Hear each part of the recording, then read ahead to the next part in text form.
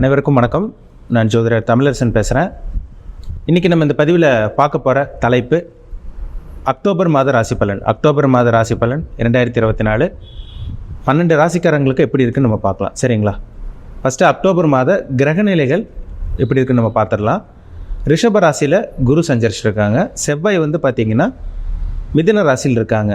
சூரியன் புதன் கேது கன்னி ராசியில் இருக்காங்க.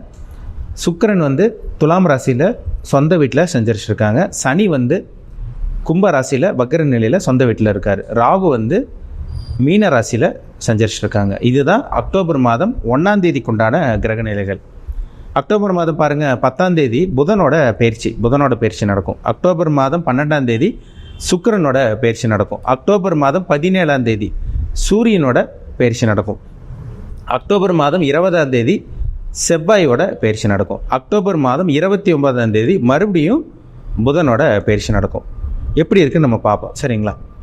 நம்ம மாத பலன் நம்ம ரெகுலராக பார்த்துட்ருக்கோம். இது ஜென்ரலான ஒரு தாங்க, ப்ரெடிக்ஷன் தான். அதாவது பொது பலன் தான். அதாவது கோச்சார பலன் பார்த்திங்கன்னா எப்பவுமே 15லேருந்து 20% பேசும். கன்ஃபார்மாக பேசும். 15லேருந்து 20% கண்டிப்பாக பேசும். அவங்கவுங்க தனிப்பட்ட ஜாதகத்தை பார்த்தா தான் நம்ம துல்லியமாக தெரிஞ்சுக்க முடியும். 80லேருந்து 85% பேசும். ராசி பலன் பார்த்திங்கன்னா நம்ம சந்திரனை வச்சு பார்க்கணும். இன்னும் நிறைய பேருக்கு பார்த்திங்கன்னா ராசி பலனுக்கும் ஜாதகத்துக்கு நிறைய வித்தியாசம் தெரியல. ஒரு சில பேர் ராசி பலனையும் மெயின்டைன் பார்த்துட்டே இருப்பாங்க.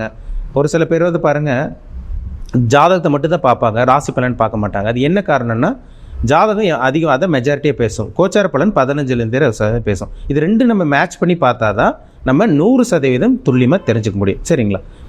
அப்போ ராசி பலன்கிறது சந்திரன் வச்சு பார்க்குறோம். சந்திரன்கிறது யார்? உடல் காரகன் மனோகாரகன் சந்திரன். உடலுக்கு அதிபதி மைண்டுக்கு அதிபதியே சந்திரன் தான். அப்போ உங்கள் ஜாதகத்தில் சந்திரன் நல்லா இருக்கணும். சந்திரன் என்ற வீட்டதிபதி நல்லா இருக்கணும். அதாவது ராசிநாதன் நல்லா இருந்தால் தான் உங்கள் மனம் நல்லா இருக்குன்னு அர்த்தம், உங்கள் மைண்ட் ஸ்டடியாக இருக்குன்னு அர்த்தம், உடல் ஆரோக்கியம் நல்லா இருக்குன்னு அர்த்தம். லக்னம்ங்கிறது உயிர், ஆன்மா. லக்னம்ங்கிறது உயிர். அந்த உடம்புக்குள் இருக்கிற உயிர் என்ன விஷயங்கள் அந்த பிறவியில் அனுபவிக்க போகுது? நல்லதை அனுபவிக்க போதா, கெட்டதை அனுபவிக்க போதா, நல்ல கர்மாவில் பிறந்திருக்காங்களா, கெட்ட கர்மாவில் பிறந்திருக்காங்களா, இது எல்லாமே அவங்கவுங்க ஜாதகத்தை பார்த்தா டீப்பாக தெரியும். சரிங்களா? லக்னம்ங்கிறது உயிர், ராசிங்கிறது உடல். ரெண்டும் மேட்ச் பண்ணாதாங்க நம்ம 100% அக்யூரேட்டாக துல்லியமாக சொல்ல முடியும். சரிங்களா? ஒரு சில பேருக்கு பாருங்கள் பொது பலன், இந்த நம்ம பொதுவாக பார்க்குற ராசி பலனே கரெக்டாக ஒத்து வரும், கரெக்டாக செட் ஆகும். நான் சொல்கிறது அப்படியே 100% கரெக்டாக இருக்கும். ஒரு சில பேருக்கு நான் சொல்கிறதுக்கு அப்படியே ஆப்போசிட்டாக இருக்கும்.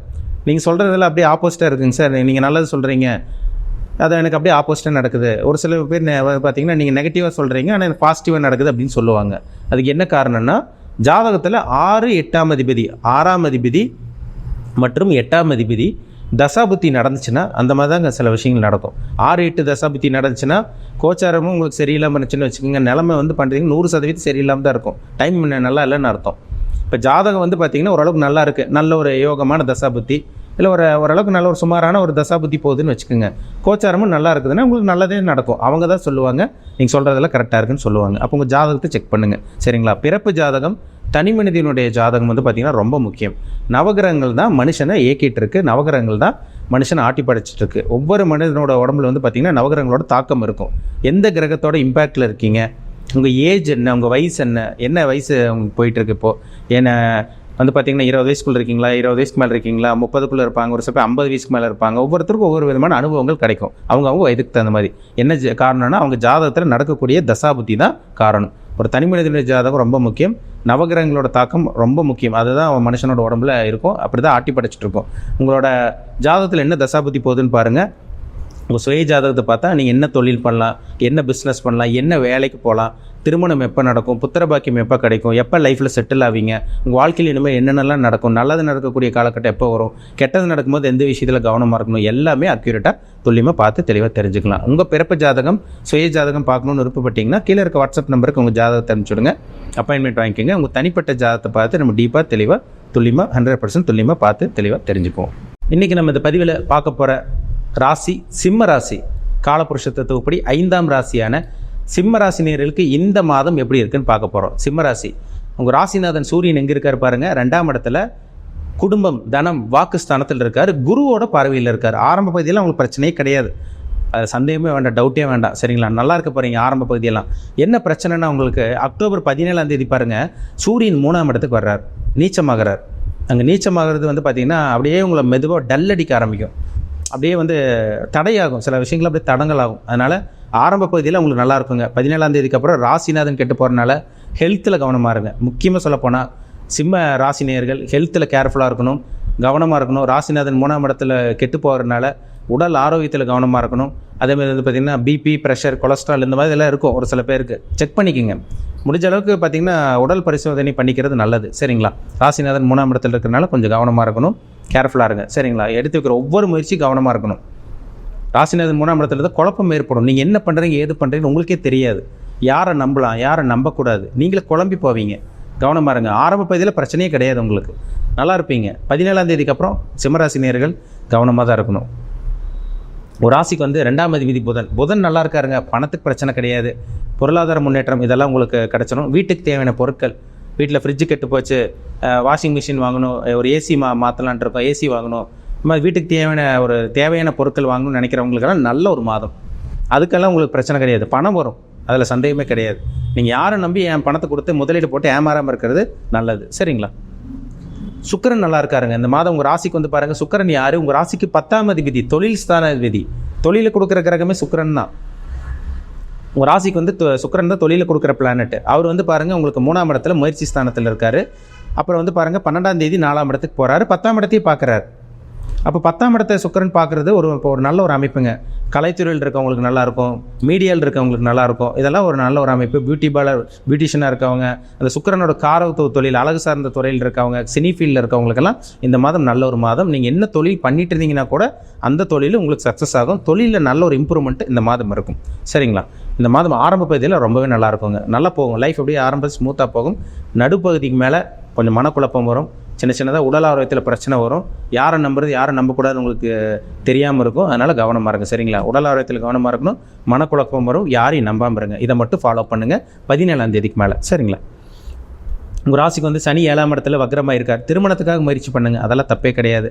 உங்களுக்கு திருமணத்துக்கு கொடுக்குற பிளானட்டே சனி தான். அவர் வக்ரமாக இருக்கார். அப்போ ஸ்பீடாக வேகமாக செயல்படுறாருன்னு அர்த்தம். அப்போது நல்ல ஒரு வரன் தேடி வரும் இந்த மாதம். எவ்வளோ வரன் பார்த்துட்டேங்க சார், வரன் வரமாட்டேங்குது, எங்களுக்கு கல்யாணம் நடக்குமா வாழ்க்கையில் நடக்காதுங்கிறது எங்களுக்கு சந்தேகமாக இருக்குது, வரன் அமையவே மாட்டேங்குது, ரொம்ப மன உளைச்சல் இருக்கும், மனக்குழப்பத்தில் இருக்கும், எங்களுக்கு எப்போ தான் கல்யாணம் ஆகும், எங்களுக்கு எப்போ தான் வாழ்க்கை மாறும் அப்படின்னு கேட்டுட்டு இருக்கீங்க. கண்டிப்பாக இந்த மாதம் திருமணம் ஆகக்கூடிய, திருமணத்துக்கு உண்டான மாதம் சொல்லலாம். நல்ல வரன் தேடி வரும். உங்கள் வாழ்க்கை துணை யாருன்னு உங்களுக்கு தெரிய வரும். அதெல்லாம் சந்தேகமே கிடையாது. ஏன்னா சுக்கிரனும் நல்லா இருக்காரு, கலத்தரக்காரகன் சுக்கிரன் நல்லா இருக்காரு. கலத்தர ஸ்தானாதிபதி சனியும் வக்கரத்தில் இருக்கிறதுனால வேகமாக நடக்கும் இந்த மாதம். நல்ல வரன் தேடி வரும். 8ஆம் இடத்துல ராகுவும் 2ஆம் இடத்துல கேது இருக்கிறது வந்து பார்த்தீங்கன்னா, ஷேர் மார்க்கெட்டில் போட்டு முதலீடு போட்டு ஏமாந்துடாதீங்க. சரிங்களா? ஷேர் மார்க்கெட்டில் முதலீடு போட வேண்டாம். இந்த லாட்ரி ரேஸ், இந்த சூதாட்டம், இந்த பங்குச்சந்தை, ஸ்டாக் மார்க்கெட்டு, இந்த இதெல்லாம் போட்டு பணத்தை போட்டு ஏமாற வேண்டாம். சரிங்களா? அது மாதிரி வந்து பார்த்திங்கன்னா ஒரு சில பேர்லாம் இந்த MLM, மல்டி லெவல் மார்க்கெட்டிங், இந்த பிட்காயின், இந்த கிரிப்டோ கரன்சி இதிலெல்லாம் போய் பணத்தை போட்டு ஏமாந்து போவாங்க. கவனமாக இருக்கணும். சிம்மராசினியர்கள் மறுபடியும் சொல்கிறேன், 17ஆம் தேதிக்கு அப்புறம் கேர்ஃபுல்லாக இருங்க, கவனமாக இருங்க, யாரையும் நம்பிட வேண்டாம். உங்கள் ராசிக்கு வந்து 10ஆம் இடத்துல குரு இருக்காருங்க. 10ஆம் இடத்துல குரு இருக்கிறது ஒரு நல்ல ஒரு அமைப்பு. உங்களுக்கு 10ல் குரு இருந்தால் பதவியெல்லாம் பறி போகாது. உங்களுக்கு வேலை மாறக்கூடிய வாய்ப்பு உருவாகும். ஒரு வேலையில் இருக்கீங்களா, அந்த வேலை பிடிக்கலையா, இந்த மாதம் தாராளமாக நீங்கள் வேலையை மாற்றலாம், தொழில் ஆரம்பிக்கலாம். அதுக்குண்டான நல்ல மாதம், அதெல்லாம் பிரச்சனையே கிடையாது. இதெல்லாம் உங்களுக்கு சாதகமாக அமைஞ்சிடும். செவ்வாய் வந்து பாருங்கள் 11ஆம் இடமான லாபஸ்தானத்தில் இருக்கார். அது உங்களுக்கு நல்ல ஒரு அமைப்பு. வீடு வாங்குறது, நிலம் வாங்குறது, ப்ராப்பர்ட்டி வாங்குறது, ஒரு இடம் வாங்கணும் நினைக்கிறோம், ஆனால் அமையில்லைங்க சார், ஏதோ ஒன்று பிரச்சனையாக இருக்குது, தடங்களாக இருக்குது, எங்களை யாரும் வளர விட மாட்டேங்கிறாங்க, பொறாமப்படுறாங்க, போட்டி பொறாமல் அதிகமாக இருக்குன்னு ஒரு சில பேர் சொல்லிட்டு இருக்கீங்க. ஆனால் இந்த மாதம் வந்து பார்த்திங்கன்னா நிலம் வாங்கக்கூடிய அமைப்பு, அந்த யோகம், இந்த மண் மனை பூமி யோகம், வீடு நிலம் வாகனம் இதெல்லாமே உங்களுக்கு நல்லபடியாக அமையும். முயற்சி பண்ணுங்கள், உங்களுக்கு சாதகமாக இருக்கும். யாரையும் நம்பிட வேண்டாம். மறுபடியும் சொல்கிறேன், கேர்ஃபுல்லாக இருக்கணும் இந்த மாதம் 17ஆம் தேதிக்கு அப்புறம். சரிங்களா? மற்றபடி உங்களுக்கு திருமணம், இந்த புத்திர பாக்கியம் இதெல்லாமே இந்த மாதம் கிடைக்கக்கூடிய ஒரு நல்ல ஒரு வாய்ப்பு உங்களுக்கு உருவாகும்.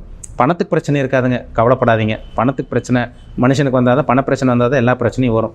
அதிலெல்லாம் உங்களுக்கு பிரச்சனை இல்லை. ஏன்னா புதன் 2ஆம் அதிபதி, புதன் நல்லா இருக்கார், குருவும் நல்லா இருக்கார். அப்போ பொருளாதாரம் முன்னேற்றம் கண்டிப்பாக இந்த மாதம் இருக்கும். சிம்மராசினியர்கள் ஆரம்ப பகுதியில் ரொம்பவே நல்லாயிருக்கும், நல்லபடியாக பயன்படுத்திக்குங்க. 17ஆம் தேதிக்கு அப்புறம் மட்டும் கொஞ்சம் கவனமாக கேர்ஃபுல்லாக இருங்க. சரிங்களா?